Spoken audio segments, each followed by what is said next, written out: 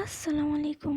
আমি প্রথমে two little hands রাইমটি ইংলিশে বলবো, তারপর এর বাংলা অর্থ সহ বলবো। তো শুরু করা যাক।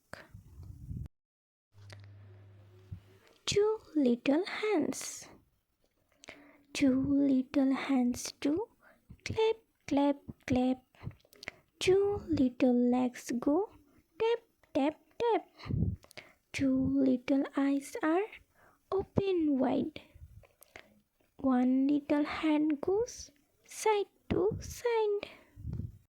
এখন আমি প্রত্যেকটি লাইনের বাংলা অর্থ সহ বলবো।